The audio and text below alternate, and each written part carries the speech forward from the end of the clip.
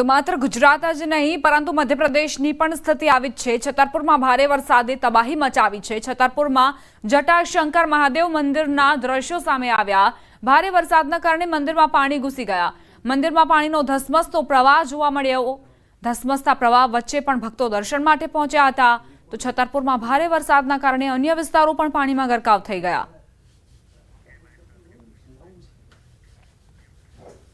उत्तर प्रदेश में गंगा और यमुना नदीओનું જળસ્તર વધ્યું સાથે જ પ્રયાગરાજમાં પૂરનો ભય ઊભો થયો છે। પ્રયાગરાજમાં ગંગા અને યમુના નદીઓ પૂરની સ્થિતિમાં છે। છેલ્લા 24 કલાકમાં ગંગાનું જળસ્તર 24 સેન્ટીમીટર અને યમુનાનું જળસ્તર 175 સેન્ટીમીટર વધ્યું છે। પર્વતોમાં ભારે વરસાદના કારણે હરિદ્વાર, નરોરા અને કાનપુરના બંધોમાંથી ગંગામાં પાણી છોડવામાં આવ્યું છે। તો સંગમ ખાતે સ્નાનઘાટ ડૂબી ગયા છે અને પૂજારીઓ જ્યાં બેસે છે ત્યાંના પ્લેટફોર્મ સુધી પહોંચી ગયું છે। બંને નદીઓ હજુ પણ ભયના નિશાનથી લગભગ 10 મીટર નીચે છે, પરંતુ નીચાણવાળા વિસ્તારોમાં રહેતા લોકો ચિંતિત છે। ફરવા આવેલા એક પ્રવાસીએ કહ્યું કે ગંગા અને યમુનાનું જળસ્તર ઝડપથી વધી રહ્યું છે। બધા ઘાટ ડૂબી ગયા છે। વીજળીના થાંભલા પણ ડૂબ્યા છે। હાલ સંગમ વિસ્તારમાંથી વીજળીના થાંભલા, પાણીના એટીએમ અને અન્ય સાધનો દૂર કરવામાં આવી રહ્યા છે। गंगा और जमुना जी का जलस्तर बढ़ रहा है और सारे घाट डूब गए हैं। लोगों को जो पंडा महाराज जो छपरा उपरा था वो भी डूब गया है और लोग अब ऊपर आकर स्नान कर रहे हैं। और खंभे जो लगे थे बिजली का तार का, वो खंभे भी आधा डूबे हुए हैं, कुछ तो डूब के गिर पड़े हैं। बिजली की सप्लाई अब यहाँ से ख़त्म हो गई है। लोग और ऊपर की तरफ जा रहे हैं। पानी भी बढ़ने का शंका है? हाँ, पानी की शंका नहीं, पानी लगातार बढ़ रहा है। पानी बढ़ने में कोई दिक्कत नहीं। सुबह से लेकर के लगभग 1 लाठा पानी जो है जलस्तर बढ़ा हुआ है। गंगा जी और जमुना जी इसमें रौद्र धार कर लिए हैं और पानी काफ़ी तेज़ रफ्तार से बढ़ रहा है। हाँ, अभी 500 मीटर पीछे था, लेकिन 500 मीटर कल ही आगे आ गए। संगम लोग पहले काफ़ी दूर हो गया। हाँ, पर 500 मीटर। હિમાચલ પ્રદેશમાં મેઘતાંડવથી તારાજીના દ્રશ્યો સામે આવ્યા। કુલ્લુ જિલ્લામાં ગઈકાલ રાતથી સતત ભારે વરસાદ બાદ જિલ્લાના ઘણા ભાગોમાં પૂર જેવી સ્થિતિ ઊભી થઈ। ભારે વરસાદના કારણે ગ્રામીણ વિસ્તારોમાં ઘણા રસ્તાઓ બંધ થઈ ગયા છે। લુહરી સબ ડિવિઝન નજીક કરશામાં નાળામાં પૂરના કારણે વાહન દટાઈ ગયાની માહિતી મળી। તો રાષ્ટ્રીય ધોરીમાર્ગ 305 ઘણી જગ્યાએ અવરોધિત પણ થયો। ભારે વરસાદના કારણે નદીઓ અને નાળાઓ છલકાઈ રહ્યા છે। હિમાચલ પ્રદેશમાં 2 જુલાઈ સુધી ખરાબ હવામાનને લઈને રેડ એલર્ટ જારી કરાયું છે। આવી સ્થિતિમાં રાજ્યના વિવિધ ભાગોમાં વરસાદ શરૂ થઈ ગયો છે। કુલ્લુ જિલ્લાના ઘણા વિસ્તારોમાં વાદળ ફાટવાથી નુકસાન થયું હતું, જેને ધ્યાનમાં રાખીને વહીવટીતંત્રે હવે ખરાબ હવામાન દરમિયાન લોકોને સલાહ આપી છે। આ સાથે સાંજ ખીણના વિસ્તારો અને વીજળી અને પાણીની સમસ્યા પણ જોવા મળી હતી।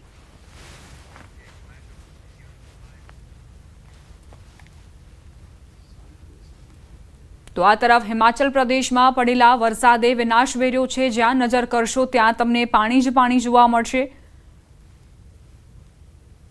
વધતા પાણીના સ્તરના કારણે લોકોની ચિંતા વધી છે। હિમાચલ પ્રદેશમાં પડેલા વરસાદે વિનાશ વેર્યો છે। ભારે વરસાદના પગલે સુજાનપુરના ખેરીમાં વ્યાસ નદીમાં પાણીનું સ્તર સતત વધી રહ્યું છે। વધતું પાણીનું સ્તર લોકોની ચિંતા વધારી રહ્યું છે। જંગલવીરી બટાલિયને સવારે 6 વાગે 15 લોકોને બચાવ્યા। નદી કિનારે ઘરોમાં પાણી ઘૂસવાના કારણે લોકો ફસાઈ ગયા હતા, જેમને બચાવી લેવાયા। ત્યાં લગભગ 24 થી 25 લોકો ફસાયા હોવાની વહીવટીતંત્રને જાણકારી મળી હતી। સુજાનપુર પ્રશાસન અને જંગલવીરી બટાલિયનના સૈનિકોએ તમામ લોકોને સુરક્ષિત રીતે બચાવ્યા।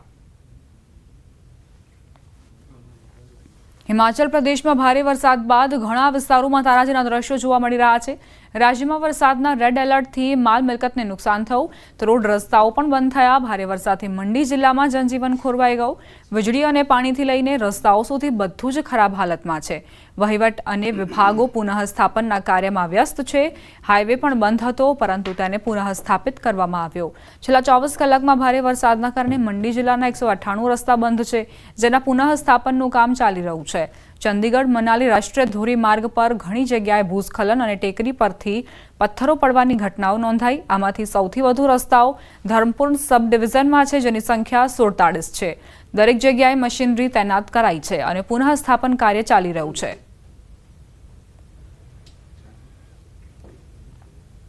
હિમાચલ પ્રદેશના મંડી જિલ્લામાં પડેલા ભારે વરસાદે વિનાશ વેર્યો. કારસોગમાં ભારે વરસાદના પગલે એક વ્યક્તિનું મોત થયું, જ્યારે ગોહરમાં સ્યાંજમાં 7 લોકો ગુમ થયા. કારસોગમાં વાદળ ફાટ્યું, જેમાં ઘણા લોકોને બચાવવામાં આવ્યા તો ક્યાંક પૂરમાં ઘર વહી જવાની ઘટના સામે આવી. ગોહર સબ ડિવિઝનના સ્યાંજમાં નાળામાં પૂરમાં ઘર વહી ગયું. 2 લોકોને બચાવી લેવામાં આવ્યા, પરંતુ 7 લોકો હજુ પણ ગુમ છે. જિલ્લામાં હજુ પણ વરસાદનો કહેર ચાલુ છે. મંડી જિલ્લામાં આખી રાત પડેલા વરસાદે લોકોની ઊંઘ ઉડાડી દીધી. પંડોહ બજારમાં પાણી ભરાઈ ગયા, જો કે લોકોને બચાવી લેવામાં આવ્યા હતા. જિલ્લામાં એવી કોઈ જગ્યા નથી જ્યાંથી નુકસાનના સમાચાર ન હોય.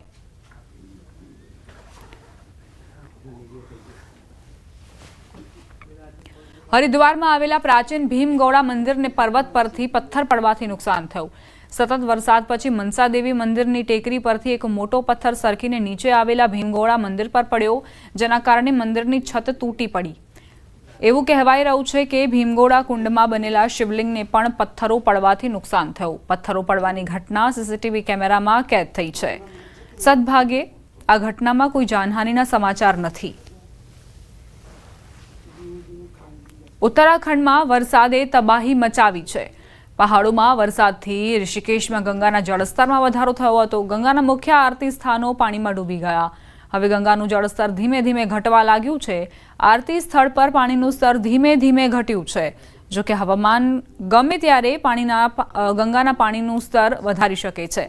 પ્રવાસીઓને સાવચેત રહેવા અપીલ કરાઈ છે. રુદ્રપ્રયાગમાં અલકનંદા નદીનું વધતું જળસ્તર ચિંતાનું કારણ બન્યું. અહીં સ્થિત નાના મંદિરો અને શિવ પ્રતિમા પાણીમાં ડૂબી ગયા. વધતા જળસ્તરને જોતા શ્રદ્ધાળુઓમાં ચિંતા વધી રહી છે. સોમવારે સવારથી કેદારનાથ યાત્રા શરૂ થઈ હતી. પોલીસ અને અન્ય સુરક્ષા દળોની હાજરીમાં બપોરે 3 વાગ્યા સુધી કુલ 7,936 શ્રદ્ધાળુઓએ કેદારનાથ માટે પ્રસ્થાન કર્યું, જેમાંથી મોટાભાગના શ્રદ્ધાળુઓ સાંજ સુધીમાં ધામ પહોંચી ગયા હતા. આ ઉપરાંત બાબા કેદારના દર્શન કરીને 8,400 શ્રદ્ધાળુઓ સોનપ્રયાગ સુરક્ષિત રીતે પહોંચ્યા. હવામાનની આગાહીના કારણે સરકારી સ્તરે સોમવારે ચારધામ યાત્રા બંધ કરવાનો નિર્ણય લેવાયો હતો. દહેરાદૂન, ઉત્તરકાશી, ટેહરી, પૌડી, રુદ્રપ્રયાગ, નૈનીતાલ અને બાગેશ્વર જિલ્લાના કેટલાક વિસ્તારોમાં ભારેથી અતિભારે વરસાદ સાથે તીવ્ર ગડગડાટની ચેતવણી આપવામાં આવી છે. અન્ય જિલ્લાઓમાં ઝડપી વરસાદ અને વીજળી ચમકવાનું યલો એલર્ટ જારી કરાયું છે. આગામી દિવસોની વાત કરીએ તો 6 જુલાઈ સુધી રાજ્યભરમાં ઝડપી વરસાદની શક્યતા છે. છત્તીસગઢથી સમાચાર. છત્તીસગઢના બલરામપુરમાં ભારે વરસાદના પગલે નદી નાળાઓ છલકાઈ ગયા, ત્યારે 3 બાળકો નદીની વચ્ચે ફસાઈ ગયા હોય તેવો વિડીયો સામે આવ્યો. ભારે વરસાદ વચ્ચે બાળકો માછલી પકડવા નદીમાં ગયા હતા, જ્યાં નદીની વચ્ચોવચ્ચ બાળકો ફસાઈ ગયા. 1 કલાક પછી બાળકોને સુરક્ષિત રીતે બચાવી લેવામાં આવ્યા. આ ઘટના ગાગર નદીની છે. હાલ ચોમાસાની સિઝનમાં પાણીજન્ય રોગચાળો વકર્યો છે. ઋતુની અસર લોકોના સ્વાસ્થ્ય પર પડી છે.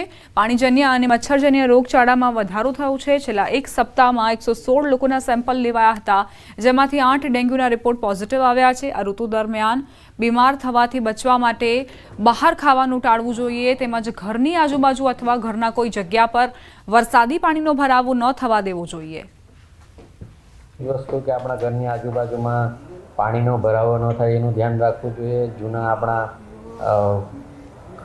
તૂટેલા ફૂટેલા ભંગાર કે એવી જગ્યાએ પાણી એમાં ભરાઈ ન રહેતું હોય એનું ધ્યાન રાખવું જોઈએ. પ્લસ આપણી નજીકના એરિયામાં કોઈ પણ લોકલ ઓથોરિટીને કહીને માછલીના પોરા મુકાવવા જોઈએ અને પાણીનું કોઈ જગ્યાએ કલેક્શન ન થાય એ ધ્યાન રાખવું જોઈએ.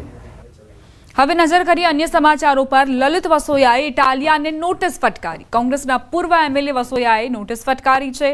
વિસાવદર ચૂંટણી સમયે બદનામ કરવાનો આરોપ મુકાયો. ગોપાલ ઇટાલિયા સામે બદનામીની નોટિસ ફટકારાઈ. 10 કરોડનો બદનામીનો દાવો કરતી નોટિસ અપાઈ છે. ચૂંટણી સમયે ખોટી રીતે બદનામ કરવાનો પ્રયાસ કરાયો હોવાનો આરોપ મુકાયો છે. વસોયાએ વકીલ મારફતે આ નોટિસ આપી છે. નોટિસ પર એમએલએ ગોપાલ ઇટાલિયા બોલ્યા, મને નોટિસથી ડર નથી લાગતો, જવાબ આપીશ.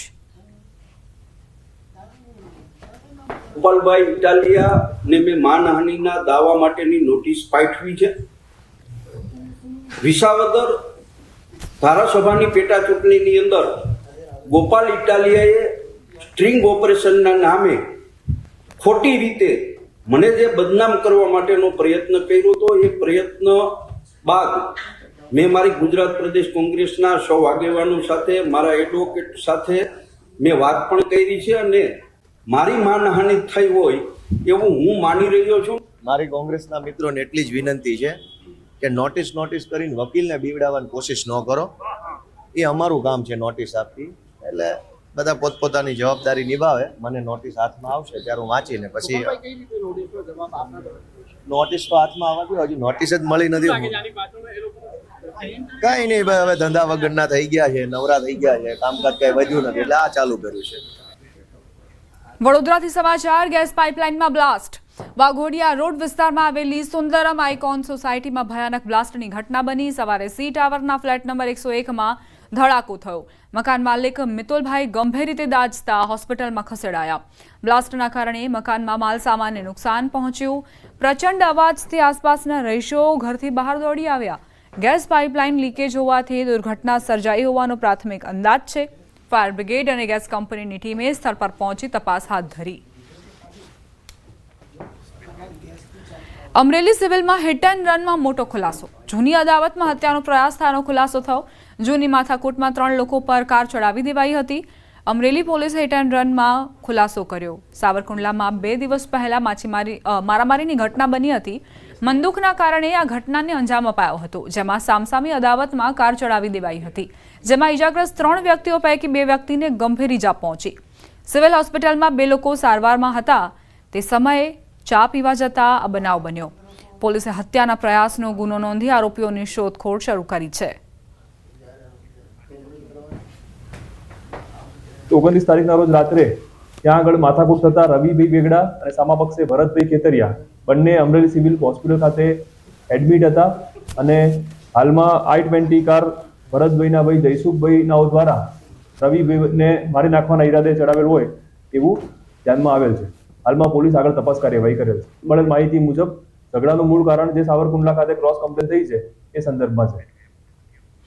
નવસારીના વાંસદા તાલુકામાં આવેલા કુરેલિયા ગામમાં સરપંચ વિજેતા બનતા યુવાનનો બિયર પીતો વિડીયો વાયરલ થયો. ચૂંટણીનું રિઝલ્ટ જાહેર થયા બાદ વિજય રેલી નીકળી હતી, જેમાં યુવાન બિયર પીતો હોય તેવું જોવા મળ્યું. વિડીયો સામે આવતા પોલીસે તપાસ શરૂ કરી છે. સાથે જ રેલીની પરવાનગી કોણે લીધી હતી તે મામલે પણ તપાસ કરાઈ રહી છે.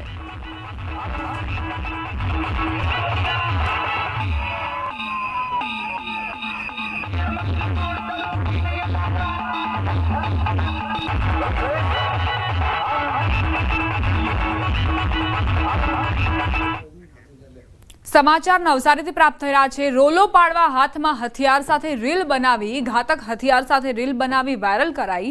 નવસારી જિલ્લાના બિલીમોરા શહેરની આ ઘટના. હથિયાર યુવાન પાસે ક્યાંથી આવ્યું તે એક સવાલ છે. પોલીસ અધિક્ષકે તપાસના આદેશ આપ્યા.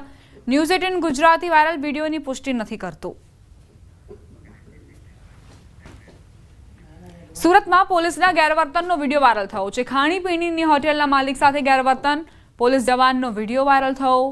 રાત્રે મોડે સુધી કેમ હોટેલ ચાલુ રાખી તેમ કહી માર મરાયો. અભદ્ર ભાષાનો ઉપયોગ કરી થપ્પડો ઝીંકી. જૂનાગઢ તાલુકાના ડુંગરપુર ગામે એસટી બસનો સ્ટોપ ન અપાતા 50થી વધુ વિદ્યાર્થીઓએ રસ્તા રોકો આંદોલન શરૂ કર્યું છે. અંતે એસટી વિભાગના ડેપો મેનેજરે સ્થળ પર આવી બસને ઊભી રાખવાની બાંહેધરી આપતા મામલો થાળે પડ્યો હતો. છેલ્લા ઘણા સમયથી ડુંગરપુરથી જૂનાગઢ, ખડિયા, બગડુ સહિતના આજુબાજુના ગામોમાં વિદ્યાર્થીઓને સમયસર બસ ન મળતા હેરાનગતિનો સામનો કરવો પડતો હતો. અનેકવાર રજૂઆત કરવા છતાં પણ એસટી વિભાગ દ્વારા કોઈ પગલાં લેવામાં આવ્યા ન હતા. ડેપો મેનેજર દ્વારા તમામ માંગણી પૂરી કરવાની ખાતરી અપાતા અંતે આંદોલન સમેટાયું. અમે કાયમ ભણવા આવીએ તો બસ રોકે નહીં, અને બસ રોકે તો અડધાને લઈ જાય અને અડધા અહીંયા રહી જાય અને પછી બસ જવા દે. મોડું થઈ જાય છે ભણવા જવામાં. અવારનવાર 3 દિવસ થયા 2 કલાક ને કલાક લેટ આવેલી હતી બસને. એના માટે રેગ્યુલર કરવા માટે અમે ડેપો મેનેજરને ફોન કર્યો તો એને ફોન અમારો રિસીવ ના કર્યો, અને ઉલટાના જે ડ્રાઈવર છે એ બાળકો જે વિદ્યાર્થી છે એને ધમકાવી અને પોતે એમ કહે છે કે અમે તમારી ઉપર ફરિયાદ કરશું, અમારી બસ નો રોકતા. જે રેગ્યુલર બસો ચાલે છે અને જેમાં લોકલોમાં સ્ટોપ આપેલ છે એ બધી બસો જે અહીંયા સ્ટોપ કરશે, કારણ કે અમુક વિભાગોની જે બસોમાં સ્ટોપ નથી આપેલ એમાં પણ અમે અહીંથી લેખિત રજૂઆત કરી અને એમાં પણ સ્ટોપ એડ કરાવી દેશે. જે નોન ઇન્ટરસિટી અને એક્સપ્રેસ બસો જે છે એમાં પણ જે મેઇન સ્ટોપ છે એ મેઇન સ્ટોપ અપાવી દેશે. સમાચાર અમદાવાદથી પ્રાપ્ત થઈ રહ્યા છે. ભાજપ કાર્યકર્તાએ જાહેર શૌચાલય તોડી પાડ્યું. એએમસીની મંજૂરી વગર શૌચાલય તોડી પાડવામાં આવ્યું છે. શ્રીજી ચાયવાલા દુકાનના માલિક છે ભાજપ કાર્યકર્તા. શાસ્ત્રીનગરમાં શ્રીજી ચાયવાલા પાસે શૌચાલય હતું. દુકાન બહાર આવેલું શૌચાલય તોડી પડાયું. અમદાવાદના શાસ્ત્રીનગર પાસે આવેલા જે કહી શકાય કે ગુજરાત હાઉસિંગ બોર્ડના જે મકાનો છે ત્યાં અનેક કોમર્શિયલ એકમો પણ આવેલા છે. આ દ્રશ્યો હું આપણે જે બતાવી રહ્યો છું કે ગુજરાત હાઉસિંગ બોર્ડ એટલે શાસ્ત્રીનગર પાસે આવેલી સૌથી મોટી હાઉસિંગ સોસાયટી છે. તેની સાથે તેની નીચે અનેક કોમર્શિયલ દુકાનો પણ આવેલી છે. અને અહીં જ આજે 4 રસ્તા પર હું જે આપણે દ્રશ્યો બતાવી રહ્યો છું, જે અહીં માટી અને જે અહીં કાટમાળ જોવા મળી રહ્યું છે, તે કાટમાળ પહેલાં અહીં 2 દિવસ પહેલાં અહીં જાહેર જે કહી શકાય કે ટોયલેટ હતું. લોકો અહીં શૌચાલય માટે આવતા હતા, એ પ્રકારનું ટોયલેટ હતું. પરંતુ અહીંના જે આ વેપારીઓ છે, ખાસ કરીને મહાનગરપાલિકાનો જે રીતે દાવો છે કે શ્રીજી ચાયવાલા દ્વારા આખું જે શૌચાલય છે તે તોડી દેવામાં આવ્યું છે. અને તેને સાથે જ જેવી જાણ મહાનગરપાલિકાને થાય છે, મહાનગરપાલિકા તેને દંડ પણ ફટકારે છે, 50,000નો દંડ ફટકારે છે. કારણ કે પૂર્વ મંજૂરી વગર મહાનગરપાલિકાની આખું જે ટોયલેટ છે તે તોડી દેવામાં આવ્યું હતું. અને વર્ષોથી આ ટોયલેટ છે તે અહીં રહ્યું હતું અને એના જે વેપારીઓ છે તે તેનો ટોયલેટનો ઉપયોગ કરી રહ્યા હતા. મહાનગરપાલિકાનો નિયમ હોય છે કે કોઈ પણ ટોયલેટ જ્યારે આપ તોડી રહ્યા છો તો તમારા સ્થાનિક જે કોર્પોરેટરો છે તે સ્થાનિક કોર્પોરેટરોએ તમારે એ બાંહેધરી છે તેને આપવાની હોય છે. અને એ 4 કોર્પોરેટરોની સહમતિ બાદ એ જે કહી શકાય ટોયલેટ તોડવા માટે ઠરાવ થતો હોય છે, ત્યારબાદ જ એ ટોયલેટ છે એ તોડવામાં આવતું. પરંતુ દ્રશ્યો હું જે આપને બતાવી રહ્યો છું, જોઈ શકાય છે કે જાહેર અહીં ટોયલેટ હતું, પરંતુ આખું ટોયલેટ છે હાલ અહીં તોડી દેવામાં આવ્યું છે. અને એ કહી શકાય કે હવે એ જે માલિક છે તેના તરફથી એવું કહેવામાં આવી રહ્યું છે કે અમે આખું જે ટોયલેટ છે ફરી મહાનગરપાલિકાના સ્વખર્ચે એ બનાવી દઈશું. સાથે એ પણ એક કહેવામાં આવી રહ્યું છે કે જે ટોયલેટ તોડવામાં આવી રહ્યું હતું, એ ટોયલેટ જે તોડ્યું છે તે વ્યક્તિ છે તે ભારતીય જનતા પાર્ટીના કાર્યકર્તા છે. તે પ્રકારનો પણ દાવો કરવામાં આવી રહ્યો છે કે ભારતીય જનતા પાર્ટીના કાર્યકર્તા દ્વારા આ પ્રકારનું જે કૃત્ય છે તે હાલ કરવામાં આવ્યું છે. ગુજરાત તેની સાથે પણ વાત પણ પ્રયાસ કર્યો હતો. તે પૂજન પાર્ક નામના વ્યક્તિનું કહેવું છે કે અમે સ્વયંભૂ અમારા ખર્ચે ફરી ટોયલેટ છે તે બનાવી દઈશું. કોઈ અકસ્માતિક રીતે અન્ય કામ કરવા જતાં આ ટોયલેટ તૂટ્યું છે, પણ ચોક્કસ માની શકાય કે જાહેર ટોયલેટને તોડવામાં આવ્યું છે તેને લઈને મહાનગરપાલિકા તપાસ પણ કરી રહી છે. તો સાથે જ જે ભારતીય જનતા પાર્ટીના કાર્યકર્તા છે પૂજન પારેખ, તેઓ સ્વયં એ પણ સ્વીકાર્યું છે કે અમે નવ અમારા સ્વખર્ચે આખું ટોયલેટ છે તે અહીં બનાવી દઈશું. તેમના અમિત શર્મા સાથે પ્રણવ પટેલ, ન્યૂઝ 18 અમદાવાદ.